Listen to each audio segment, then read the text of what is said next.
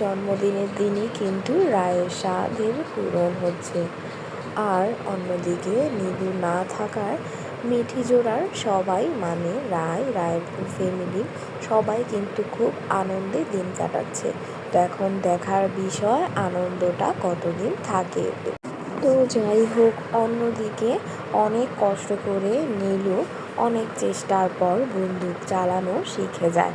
এরপর তারা সবাই কুয়োর জলে বিষ মিশানো লোকটিকে ধরে শাস্তি দেয়। আর অন্যদিকে তো রায়ের সাধের অনুষ্ঠান হচ্ছে।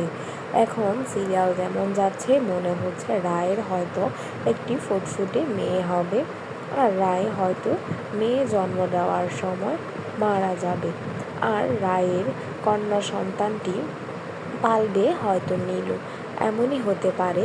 বা রায়ের যে মেয়ে হবে সেও হয়তো জগদ্ধাত্রীর মতো রায়ের কোনো চরিত্রে আসবে।